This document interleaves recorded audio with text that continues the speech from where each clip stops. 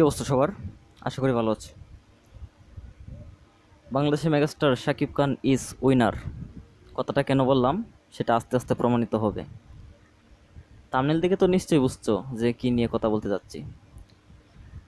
শাকিব খানের তুফান সিনেমাটি বক্স অফিসে তাণ্ডব চালানোর পর কিন্তু ওটিটিতে মুক্তি পেয়েছে। তো ওটিটিতে মুক্তি পাওয়ার আগে কিন্তু আমি বলেছিলাম যে বক্স অফিসে যেরকম সব রেকর্ড ব্রেক করে ফেলেছে, তো ওটিটি মাধ্যমে এসেও কিন্তু সব রেকর্ড ব্রেক করে ফেলবে, তেমনই কিছু একটা ঘটে ফেলেছে।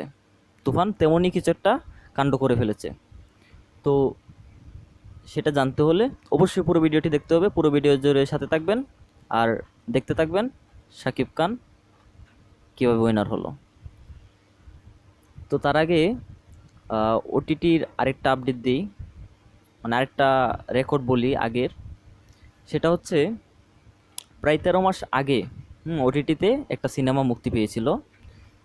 সেই সিনেমাটির নাম হচ্ছে সুড়ঙ্গ।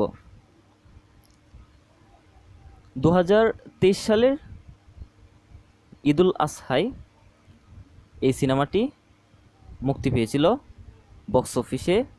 তাণ্ডব চালানোর পর সেটা চরকিতেও মুক্তি পেয়েছিল সুড়ঙ্গ সিনেমাটি। রায়হান রাফি পরিচালিত, আফরান নিশু এবং তমা মির্জা অভিনীত এই সুড়ঙ্গ সিনেমাটি চরকিতে রিলিজ পায় 24শে আগস্ট, 2023 সালের 24শে আগস্ট।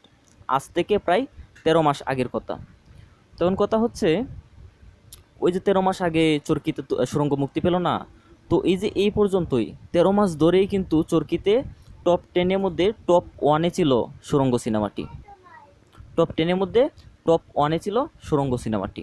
এখন কথা হচ্ছে সেই রেকর্ড শাকিব খানের তুফান, শাকিব খানের তুফানই জ্বর এসে উড়িয়ে দিয়েছে মাত্র 2 দিনে। কয় দিনে?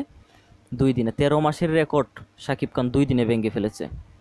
অর্থাৎ শাকিব খানের তুফান মাত্র 2 দিনেই টপ 10-এর মধ্যে টপ 1-এ চলে এসেছে।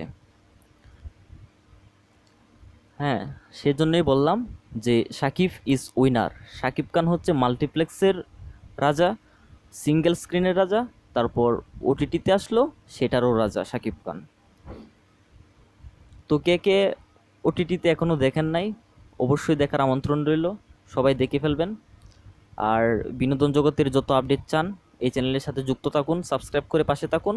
সিনে জগতের সকল আপডেট সবার আগে পেয়ে যাবেন। ধন্যবাদ সবাইকে।